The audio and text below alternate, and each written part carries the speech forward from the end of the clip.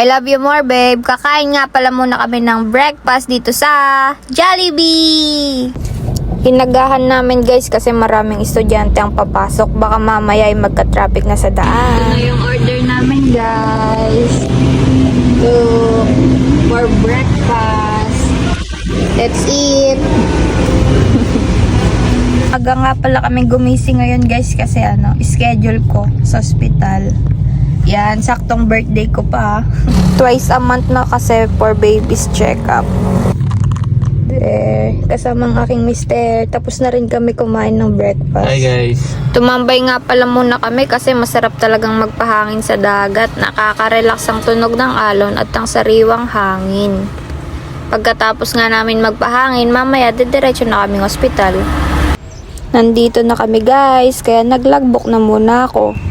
Hanggang dito na nga lang muna. Balitaan ko kayo later kung anong ganap sa aking birthday. Bye! Ingat!